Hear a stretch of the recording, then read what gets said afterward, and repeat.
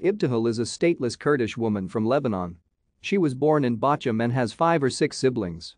She is 20 years old, completed her high school with a diploma, and is doing an internship in a kindergarten to begin training as a kindergarten teacher. Since about the beginning of 2006, she has been in a relationship with Ayup, a Turk who is 7 years older. Maybe the fathers of the two decide to marry Ibtihal and Ayup according to Islamic law. But Ayup impregnates a 16-year-old Turkish girl from the Frankfurt area in late 2006.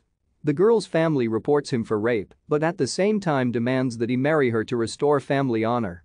But Ayup prefers to stay with his partner Ibtihal, or Ibtihal.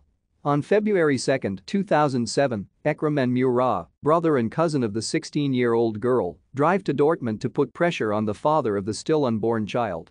He must leave Ibtihal and marry their sister and niece respectively. Ayub and Ibtihal are forced at gunpoint to go with them in the car. Possibly they are driven to his parents' house to get permission for the divorce and new marriage, not entirely clear in the news reports. Later there will be a trial on the matter. Ibtihal testifies under oath. 3 days later, she is dead.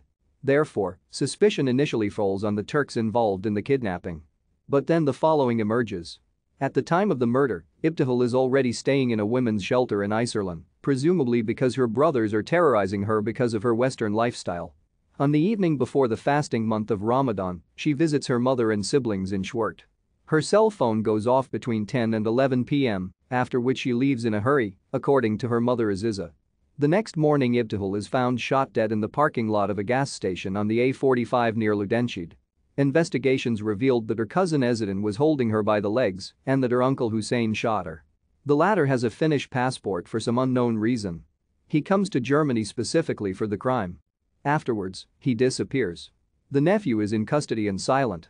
In the indictment of the prosecution in May 2009, the motive for the crime is the restoration of family honor and not, as initially assumed, the liquidation of a witness. In January 2010, Ezedin was sentenced to 14 years in prison for murder. The verdict states that a family tribunal had decided to kill the young woman because her Western lifestyle was not in line with the family's values. The second perpetrator remains at large. A note to researchers of honor killings. Because of the basic motives, the juvenile justice system was not applied, as is usually the case in such cases. Presumably, the son was selected by the family as the perpetrator because, with the act 20 years old, he would have fallen under the juvenile justice system by choice.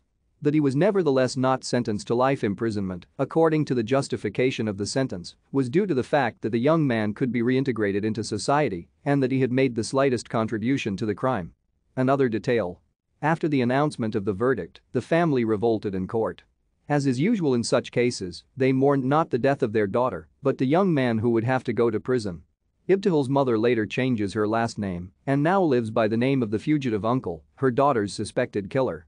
In 2012, the fugitive uncle is arrested at the Finnish-Russian border and extradited to Germany in November. The mother and another uncle were also arrested. In early 2013, another nephew who claimed to have fired the shots turned himself in. In the meantime, he was 20, thus a minor at the time of the crime. In March 2013, the trial begins at the Hagen District Court. The charge is committing murder in a group. Thank you for watching this video and helping us build a large database of stories about honor killings. Please subscribe to our channel Honor Killing on YouTube.